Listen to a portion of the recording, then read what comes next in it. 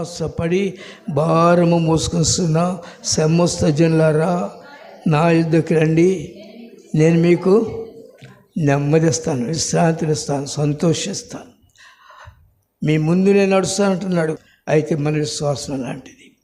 దేవుని మీద మనం ఎప్పుడైతే విశ్వాసం ఇస్తామో ఆయన రెక్కలు మనల్ని పరుస్తాడు. ఆయనకి ఇష్టమైన బిడ్డలను మనం వద్దకు పెట్టుకోండి. కనుక ఇష్టమైన బిడ్డలు దేవుడు ఎప్పుడు విడిచిపెట్టడు. మన మనోహరముకు ఒక ద్రాక్షావనముండును. ఏమిటి ఆ ద్రాక్షవనము? దేవుని యొక్క తోట, దేవుని యొక్క బిడ్డలు. దేవుని బిడ్డల్ని ఆయన ద్రాక్ష చెట్టుగా ఏర్పరచుకున్నారు. ఆ ద్రాక్ష తోటను ఏం చేయాలి? ఫలములు ఫలించేది ఉండాలి. ఆయన యొక్క ఆశలు చూడండి. ఆ దినమున మనోహరముకు ఒక ద్రాక్ష వనముండును, దాని గురించి పాడుడి. యెహోవాను నేను దాన్ని కాపు చేస్తున్నాను, ప్రతి నిమిషమున నేను దాన్ని